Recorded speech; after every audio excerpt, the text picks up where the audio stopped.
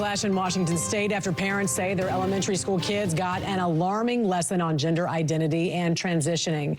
And a controversial Illinois school survey sparking parents to demand an investigation. Joining us this morning to discuss is Parents Defending Education Director of Outreach, Erika Sanzi. Good morning to you, Erika. Great to see you. Hi, Jan. Let's start in the Pacific Northwest at Marvista Elementary School, which is in Washington State. The principal sent out a letter to parents that fourth graders would be receiving an equity lesson specifically on gender transitioning. Why? What was this message?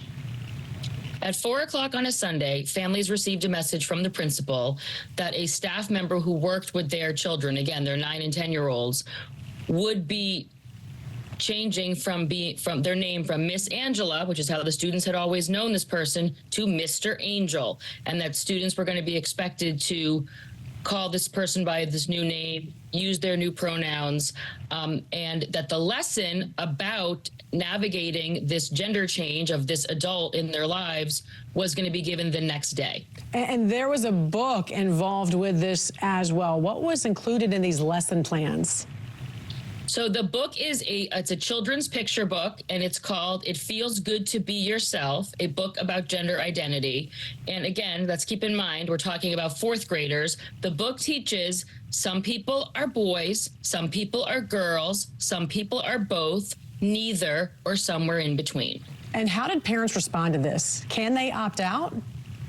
There was no mechanism for opt-out, apparently, in part because I think that this lesson fell under some umbrella that they considered to be mandatory. But the other problem was because it went out on a Sunday at 4 o'clock, a lot of parents hadn't even seen it yet by the time the lesson had been given.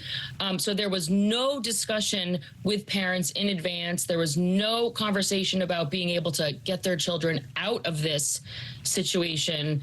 And so it does seem like there's a lot of frustration on the part of at least some parents in that school. Yeah, and parents also riled up in the state of Illinois after the state issued a survey in public schools for all children as young as 9 years old. Again, fourth graders asking questions like, does your current gender match your sex assigned at birth? What are you hearing about this? Why are questions like this being asked of these children, and where is this information going? So these are called youth behavioral surveys or youth risk surveys, and they're generally administered in every state, sometimes through a state agency. In this case, the survey's coming out through the University of Illinois. And I can say that where I live in Rhode Island, 11-year-olds are asked on a survey, have you ever created a suicide plan? The question that you read, not only is it highly invasive and intrusive, right? Questions about a child's gender identity, starting at the age of 9, but it's also totally based in an ideology that our sex is assigned at birth, which the vast majority of people think is nonsensical.